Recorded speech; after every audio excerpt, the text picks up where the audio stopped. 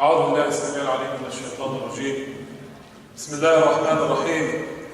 إن الحمد لله نحمده ونستعينه ونستغفره ونستهديه، ونعوذ بالله تعالى من شرور أنفسنا ومن سيئات أعمالنا. من يهده الله فلا مضل له، ومن يضلل فلا هادي له. وأشهد أن لا إله إلا الله وحده لا شريك له، وأشهد أن سيدنا محمدا عبده ورسوله، أدى الأمانة وبلغ الرسالة وجاهد في الله حق جهاده حتى أتاه الله اليقين. ابتعث الله ليخرج العباد من عبادة العباد لعبادة رب العباد، ومن ضيق الدنيا لسعة الدنيا والآخرة معا، ومن جور الأديان إلى عدل الإسلام. فاللهم اجزه عنا خير ما جزيت نبيا عن أمته. We praise Allah. We praise Him and thank Him. We praise Him again. We ask for His help and His forgiveness. And we ask for His sincerity in our words and deeds. Whomever the one true God guides, He will never find for him. Whomever Allah, the one true God, guides, is truly the one who's guided. And whomever He leaves astray, whomever chooses to reject His guidance, you'll never find for him a guardian or a guide. And I bear witness that there's nothing worthy of worship or direction or our submission except the one true God, Allah, the high and exalted, the glorified, the one who everything that exists, without choice, glorifies and praises His glory. And it's only us, the beings of choice, the humans and the demons, that have choice to not praise Him, not submit to Him, or to submit to Him by choice. The one true God, I bear witness that He is the only one worthy of direction or submission. And I bear witness that Muhammad, peace and blessings upon him, is His final messenger and prophet. He sent at the conclusion of the 124,000 or more prophets sent to earth to remind our human family why we're here. He sent Him to bring us out of the darkness. Darkness like the one that we feel sometimes is upon us, where we live now, or in the world today. He came to send us forth to a light that God has created for us, to free us from the constraint of believing that all there was to live for was this transient life that ends, at the most after 100 years for those who age well. He freed us from making decisions based on our selfish own needs individually, or based on the selfish needs of the group that we think we belong to at the expense of others. He emancipated us as a human family to return to being a family, to making decisions that are based on the knowledge of God of what's best for the entire human family for all generations to come. And that's what Adl Islam means. It's the Arabic word that means the justice of making decisions based on submission. So may Allah give Muhammad, peace and blessings upon him, the best reward that He's given a prophet and a messenger for his nation. In a little more than 2 weeks, less than 3 weeks, the month of Ramadan will be upon us. And we praise and we thank Allah high and exalted. We praise Him and thank Him. And we can't wait for the day it starts. Not thinking about the fasting and the hardship and the withdrawal from caffeine that some of us might think about, but thinking about the reward and opportunity awaiting us to correct the things we did wrong this past year. To ask God to forgive those things that we've forgotten to ask forgiveness for. To ask God to forgive those things that we've been waiting for a grand moment because they were big things that we did. Even though we had made a commitment last Ramadan to stay away from certain habits, we fell into them again maybe. So now He's giving us another opportunity. And inshallah all of us reach Ramadan. Allahumma baligh Ramadan. And we see it and we enjoy it together as a community and individually in our private homes and as families and alone at night for a few moments before we sleep or when we wake up, before we eat our pre-dawn meal. This is the opportunity that awaits us. But there's 4 reminders I wanted to give my brothers and sisters. And inshallah, I will try to keep them brief each, since there's not a lot of time for us to talk about. The first one is about our habits, specifically related to our excess and wastefulness. As a community, as a society, as a nation, as a world, we've come to a point where it's become foreign to us what it means to conserve certain things, what it means to be not wasteful in certain things. In fact, some of the things I'll say to you today, some of you might leave here and say, man, he's made life hard for us. Now I can't eat like I normally ate. Now I can't look at things and use water the way I used to use water. But remember that Allah subhanahu wa ta'ala calls us to that which is better. To that which makes us as humans walking on earth try to have the habits of angels. And even though we're not angels, even though we have the likelihood to fall into error, we don't believe, like others may believe, that we're born into sin. We're born pure. And God wants us to go back as often as we can to that purity. Allah subhanahu wa ta'ala, He taught us through the sunnah of His Messenger. The Prophet ﷺ, he said,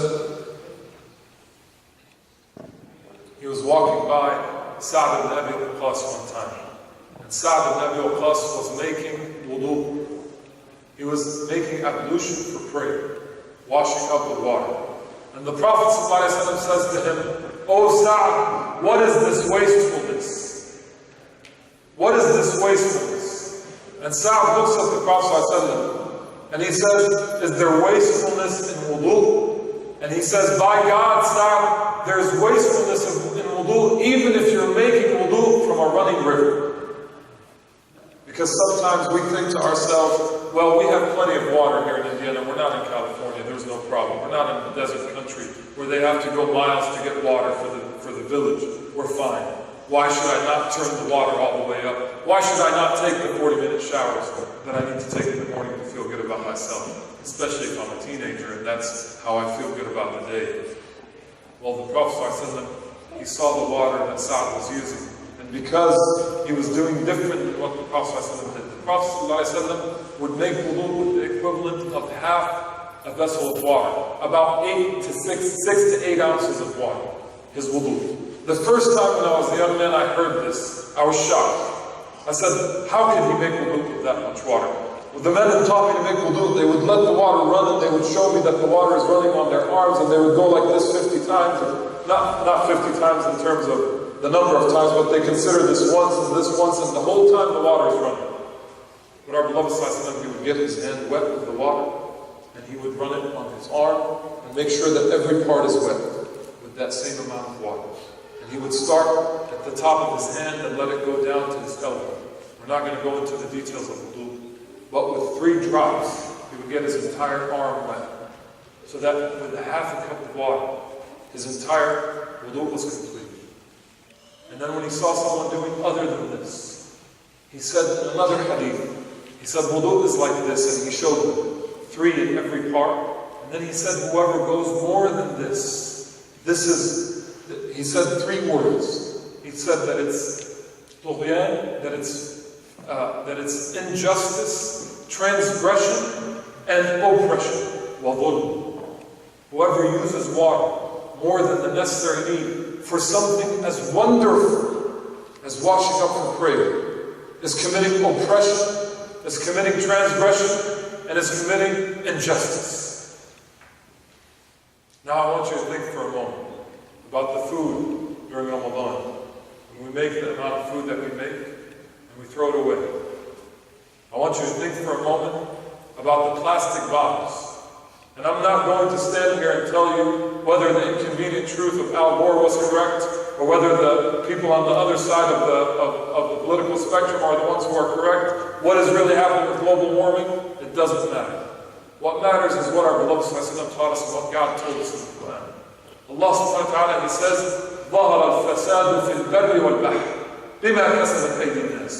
That there's no ill happening, whether on land between people, by human beings to each other, or whether from the environment happening to us as a human family, except that it's from what we have done with our own hands.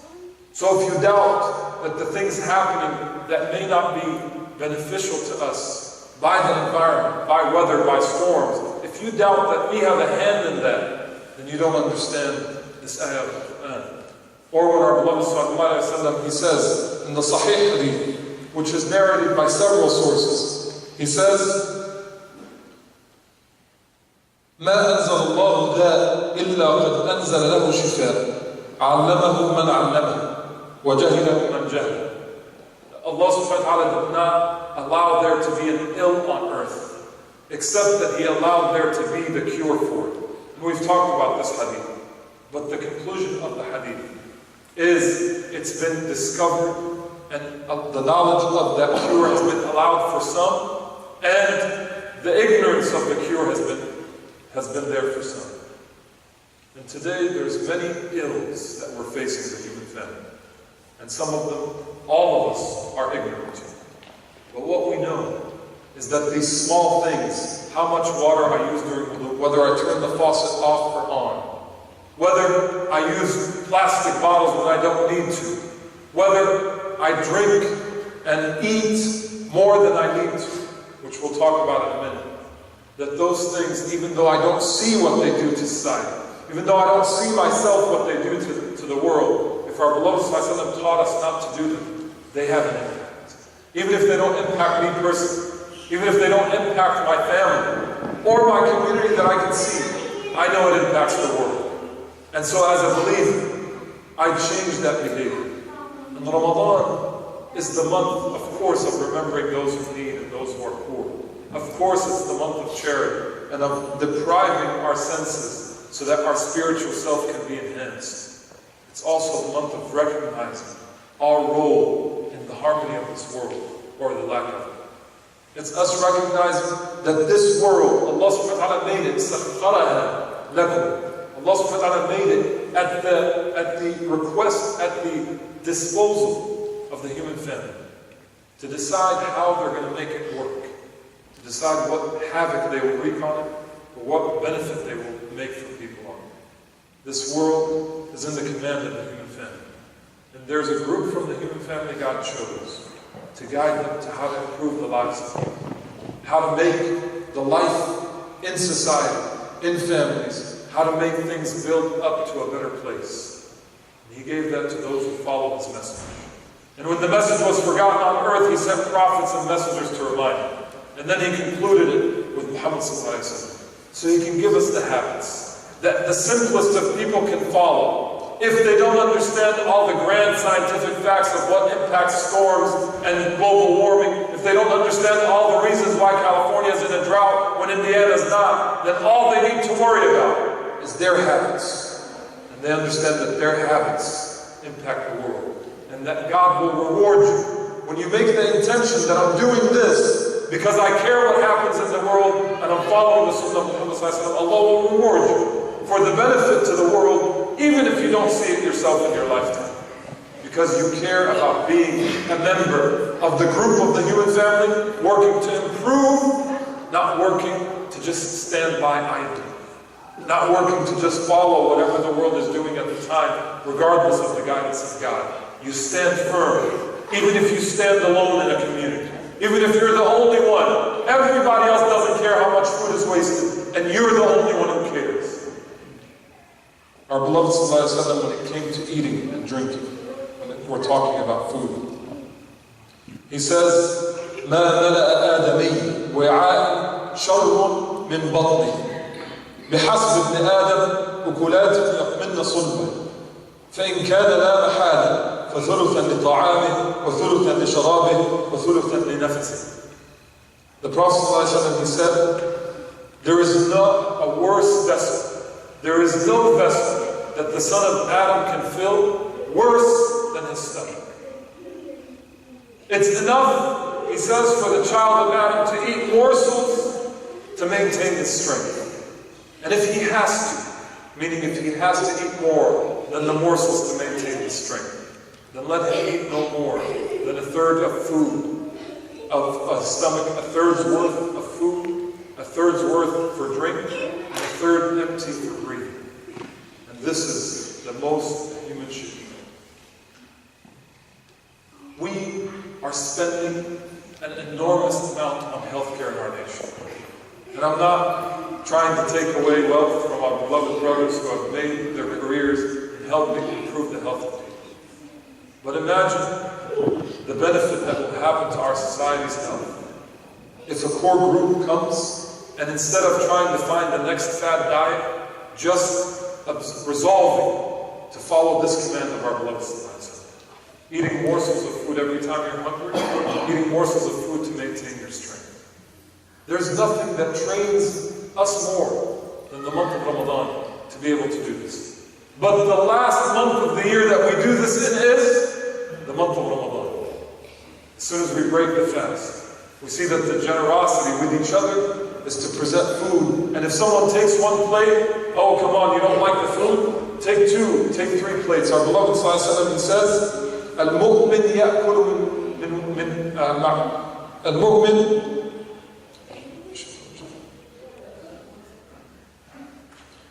says that the believer eats from one plate, and إِنَّ الْمُؤْمِنْ يَأْكُلْ فِي مَعِينٍ وَاحِدٍ وَالْكَافِرُ يَأْكُلُ فِي سَبْعَةِ أَمْعَاءٍ. That's narrated in Bukhari and Muslim. That the believer eats from one plate, but the disbeliever eats from 7 plates. I'm not saying that we're going into disbelief when we go and get seconds and thirds. I'm not saying that we should stop being generous with one another. But what I'm saying is let's as much... The Prophet ﷺ, it was his habit when he invited people to say eat more than once. This is okay to do. But if someone is trying to observe the sunnah of our beloved ﷺ, it doesn't mean they don't like the food. And if there's someone that encourages you to do that, when you go out to eat, that's a better friend to have. Our beloved ﷺ, Ibn al-Qayyim in Zad al-Ma'ad, he, in his book about how to watch yourself to have behavior closest to the Prophet ﷺ, he said that the habits of the Prophet ﷺ with food and drink were as follows. He alayhi salatu wasalam, would not ask for food that he liked that wasn't available. So he wouldn't, for instance, put people out to make something that wasn't available. And if something was in front of him, even if he didn't like it, he wouldn't say, I don't like it, he would just not eat it. And if he was okay to eat it, he would eat it. He never asked for food that wasn't available, and he never rejected food that was available, unless it was food that he hated. And he ate any food that was presented to him, except if he didn't like it and he didn't tell people he didn't like it, he just didn't. And the Prophet ﷺ taught his companions that they should eat just what maintains their health, and that he would never, and that he sometimes, it says that 3 months would go by in his home without a hot meal being cooked. That's how little they cared about feeding themselves. Of course, they fed others, but that's the Prophet's habit. So, what we can do to apply this, and we're probably wondering, how does this relate to what's upcoming for us in Ramadan? We have a culture, which is a very wonderful culture, to have generosity and to invite one another, and to have all the different kinds of food ready. The wife for the husband or for the family, and the husband when he's cooking for the family. The idea is to make up for fasting with more kinds of food, or more eating at night. And this is defeating the purpose of Ramadan. Ramadan is supposed to allow us an opportunity to practice some of these things that are hard for us to practice in society. Today, the first thing we do when we're stressed, if we're not people who use drugs or who use alcohol, is to go towards food. And we're encouraged. And the fast food, which is what our impoverished brothers and sisters is easiest for them to attain. Because when you want to feed a family of 4 on $20, it's impossible to feed them healthy food. So what do? Everything is supersized. So now you're encouraged to eat more.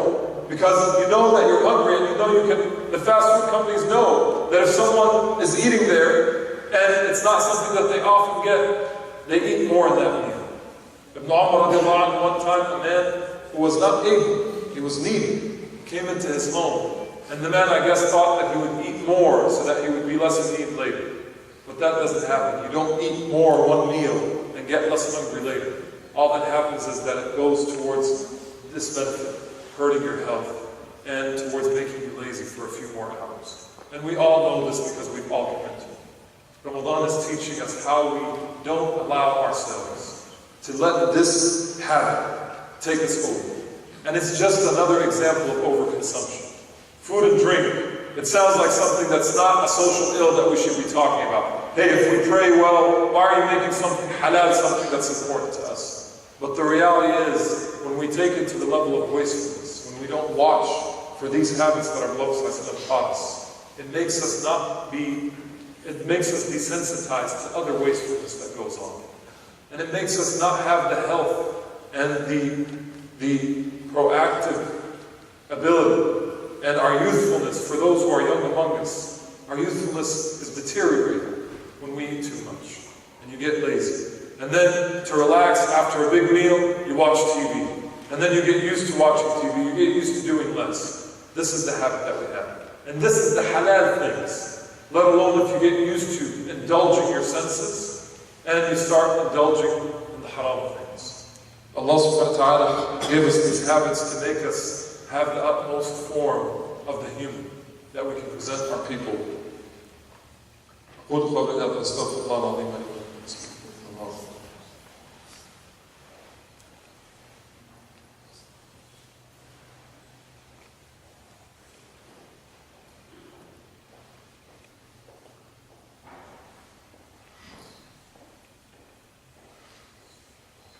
اللهم صل على محمد وعلى آل محمد كما صليت على إبراهيم وعلى آل إبراهيم إنك حميد مجيد. بارك اللهم على محمد وعلى آل محمد كما باركت على إبراهيم وعلى آل إبراهيم إنك حميد مجيد. When it comes to excess and wastefulness, we can take a stand as a community. And we can be a community that sets an example for ourselves and for our peers and for society as to how we live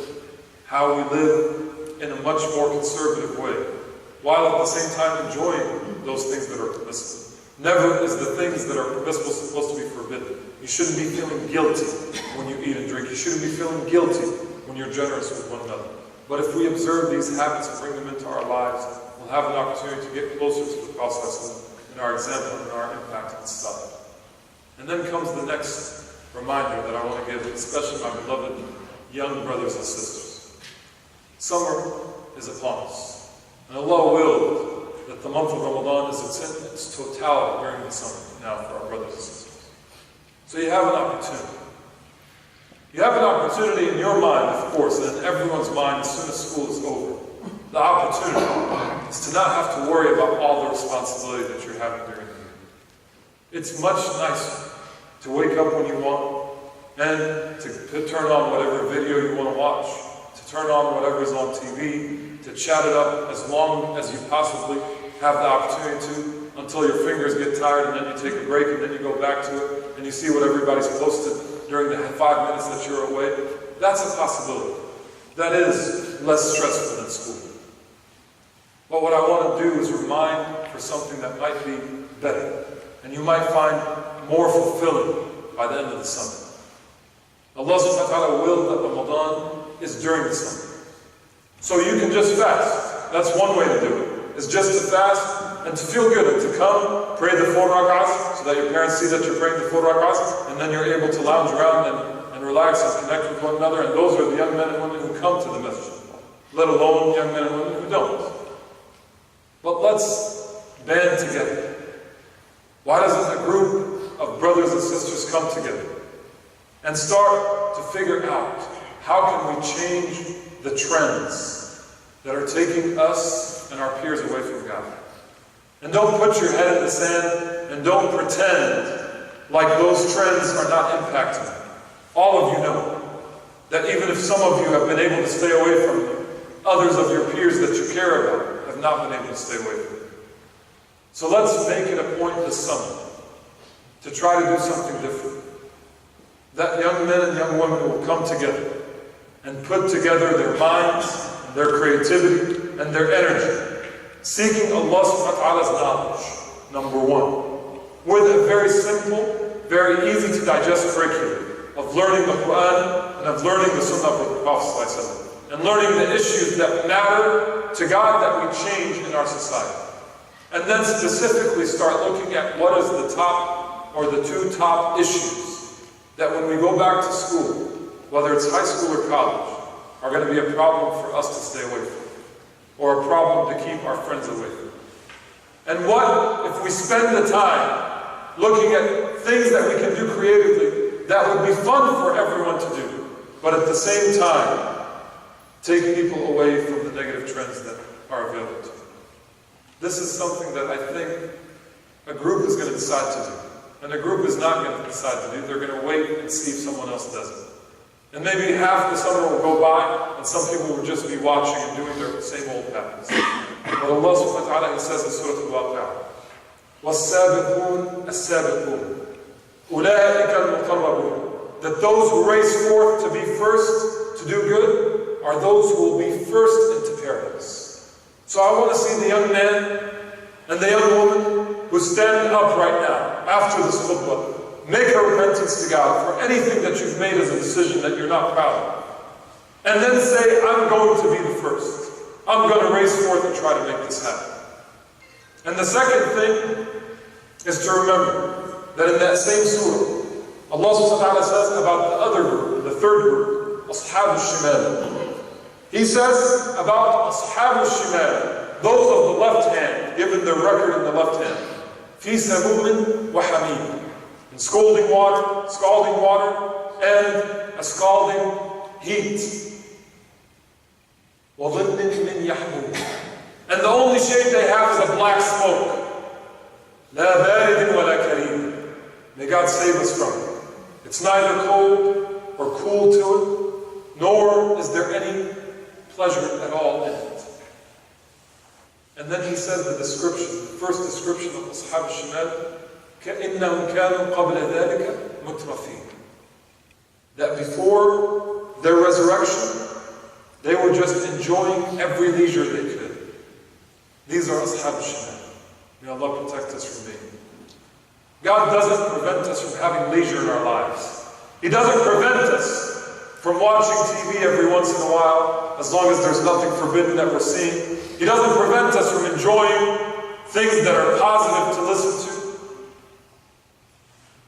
But what needs to happen is that we recognize excess in these things, and how easy it is to fall into excess of these things if we're a young man or a young woman. And instead that time, investing that time in something positive, in coming up with any idea, even if it fails, just the effort that you put in to come up with the idea, that jihad, that you can rally your brothers and sisters to, that relentless striving for the sake of God, even if it fails, God is not going to enter you into paradise before everyone else because it failed or succeeded. He's going to enter you into paradise before everyone else because you attempted. So may Allah benefit this community with the young men and young women who will stand up and take a stand, even if they still have habits they're not proud of, and decide to do different than the rest of their peers. May Allah subhanahu wa ta'ala accept from them all. And finally, many brothers and sisters have been asking indirectly or directly of Taraweeh. What are we going to do about Taraweeh? And I decided that the first thing that needs to be clear to all of us, and whoever is not here, whoever is here can tell them, is for us to understand the sunnah of our Prophet in Taraweeh, in the night prayer of Ramadan. And the word Taraweeh, as everyone who knows it means the rest. It's referring to the rest between prayers. It's referring to the night prayers of Ramadan, when 2 rak'ahs are prayed and then there's rest, and another 2 rak'ahs are prayed and then there's rest. The Prophet ﷺ, when he did Taraweeh, because a lot of people don't know the history. The history is that, of course, it's a sunnah. No one can say that Umar ibn Khattab is the one who started, because it is a sunnah that the Prophet ﷺ started. But he did it for 3 days, and in one narration 4 days. And then he stopped. And the reason he stopped is very clearly and explicitly said by him.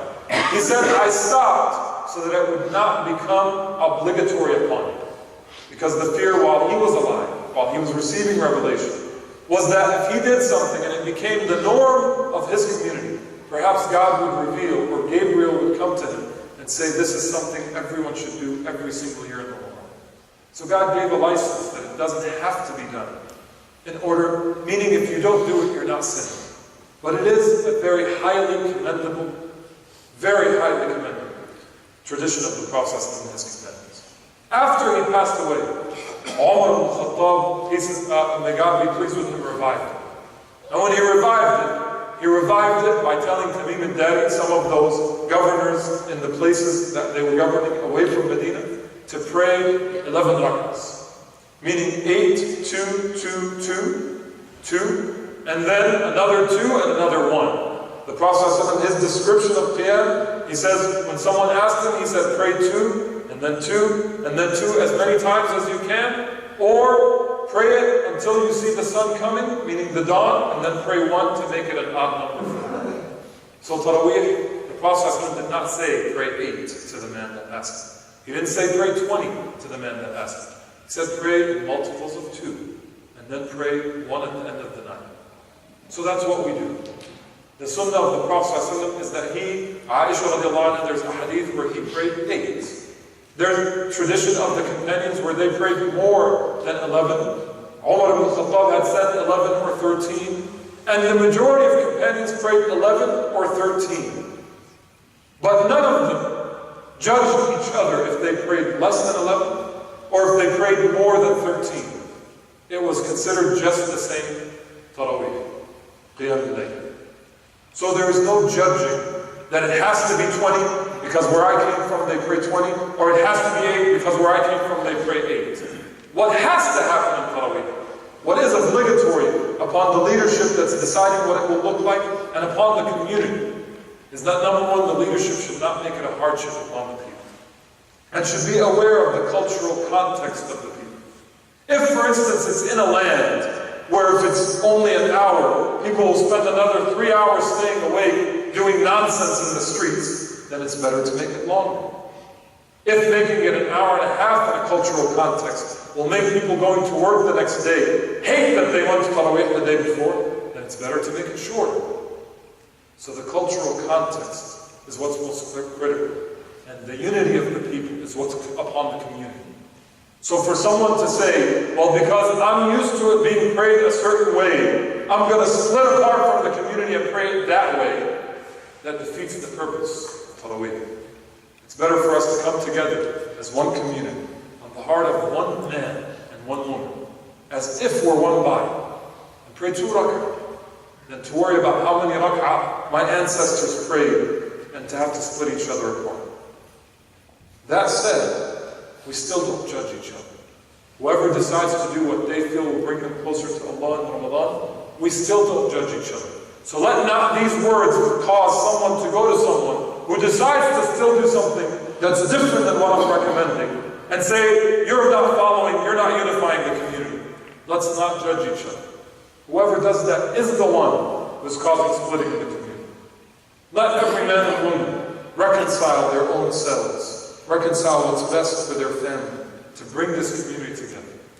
We have much bigger issues to tackle than how many rak'ahs we pray for Taraweeh. Let's make sure that one of those prayers, our young brothers and sisters understand what's being recited and go out and apply it one day.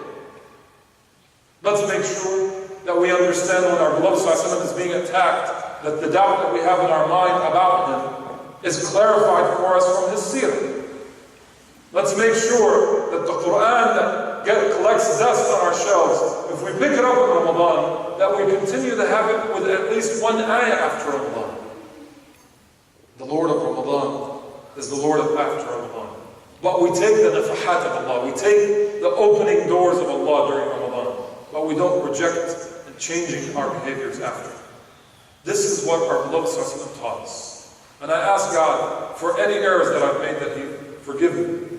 But this is what I have learned from the sunnah of our beloved ﷺ. The unity is number one. Following His example is number two. And not putting at the same level of His example and His teaching some person and what they decided to do. Based on precedent also. All of it is anchored in the precedent of our beloved ﷺ. But as long as it's anchored in the precedent of our beloved ﷺ, meaning in His sunnah, then whatever brings us together, let us do it. Whatever is culturally most convenient to make people love to come closer to Allah, then let us do it. I say this, and I ask Allah subhanahu wa ta'ala to empower us to be that community. That community that Allah subhanahu wa ta'ala will look down upon. Some people keep telling me, what's keeping this person in Evansville or that person in Evansville? I want everyone in this masjid right this moment to realize for themselves the opportunity Allah is giving this community, these people, us, to be in a city like Evansville. That's small enough that we can make an impact that will resound across the world in terms of the impact of addressing challenges facing our people with the message of our beloved Sallallahu. But it takes a little bit of effort. It takes a little bit of less leisure, less mutrafin, and to be a little bit more of a sabiqun, those who race forward and give up their energy and time. May Allah subhanahu wa ta'ala empower us to do that. اللهم اهدنا فيمن هديت وعافنا فيمن عافيت وتولنا فيمن توليت اللهم اغفر وارحم وتجاوز عما تعلم انك انت الاعز الاكرم اللهم ارزقنا حبك وحب من يحبك وحب كل عمل يقربنا الى حبك. Allah, we ask you to guide us with those whom you've guided. Forgive us with those whom you've forgiven. Allah, grant us your love, the love of those whom you love, the love of everything that leads to your love. Allah, we ask you to free those who are oppressed from the oppression that they are upon, that is upon them. We ask you to defeat those who transgress your bounds and oppress the people. Allah, we ask you to defeat your enemies and the enemies of those who call upon you. Allah, this is what we ask you, and upon you we depend and in you we trust. Praise to you, Lord of the worlds.